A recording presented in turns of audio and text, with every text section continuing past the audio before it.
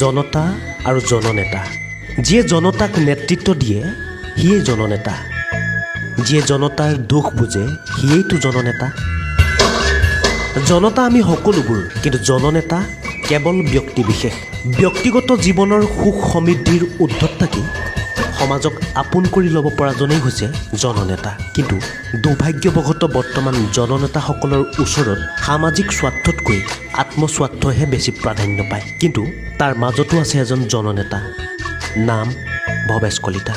বৰ্তমান ৰঙিয়া সমষ্টিৰ বিধায়ক আৰু অসম চৰকাৰৰ জলসিঞ্চন বিভাগ আৰু ৰাজহ আৰু দুৰ্যোগ প্ৰশমন বিভাগৰ মন্ত্ৰী ভৱেশ কলিতা। সাধাৰণতে আজিৰ অসমত জননেতাসকল বা মন্ত্ৰীসকলে কেৱল উপদেশ দিয়াতে ভাল, কিন্তু এজন মন্ত্ৰী ভৱেশ কলিতাই কেৱল উপদেশ দিয়াই নহয়, আৰ্হি কৰিও দেখুৱাইছে।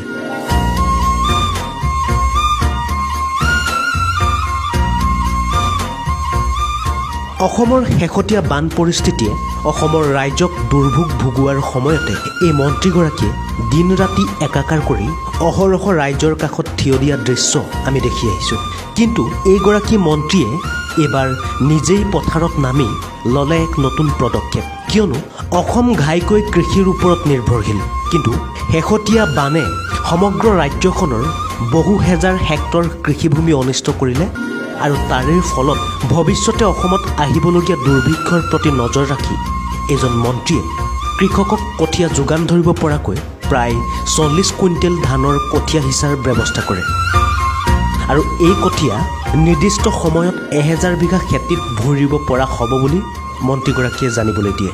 যোৱা কেইবাদিন ধৰি নেৰাণৰ পৰা যে বৰষুণ হৈছে আৰু লগতে ভূটান পাহাৰৰ পৰা যি পানী নামি আহিছে, এই পানী আমাৰ ব্ৰহ্মপুত্ৰৰ কেইবাখনো উপনৈ উপচাই পেলাইছে, যাৰ পৰিণতিত পাগলাদিয়েই হওক, মৰা পাগলাদিয়ে হওক, পুঠিমাৰি, বৰলীয়া, ননা, ননৈ আটাইকেই, আনকি দক্ষিণ পাহাৰৰ যিবিলাক মেঘালয় পাহাৰৰ পৰা নামি আহে পানী, সেইবিলাকে যথেষ্ট আমাৰ মানুহক ক্ষতি কৰিছে। অসমৰ প্ৰায় 22খন জিলা আংশিকভাৱে হ'লেও ক্ষতি হৈছে, কিছু মেক্সিমাম হৈছে, কিছুমান মিনিমাম হৈছে, আৰু লাখ লাখ মানুহ গৃহহীন হৈছে, খেতি পথাৰ নষ্ট হৈছে। ক'ত ৰিলিফৰ ব্যৱস্থা কৰা নাই?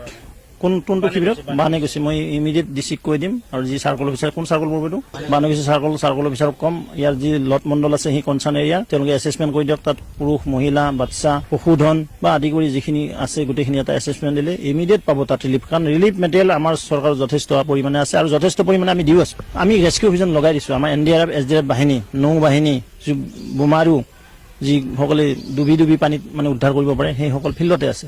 সঁচাই এইয়াহে জননেতা, এইয়াহে মন্ত্ৰী। সঁচাই যদি এনে জননেতা বা এনে মন্ত্ৰী অসমৰ ৰাইজৰ লগত থাকে, তেন্তে হাজাৰ সমস্যাই অসমক গা কৰি নুঠক কিয়, আমি কিন্তু আগুৱাই যামেই এটা শিখৰলৈ। নিউজ ডেস্ক ৰিপৰ্ট, প্ৰতিবিম্ব লাইভ।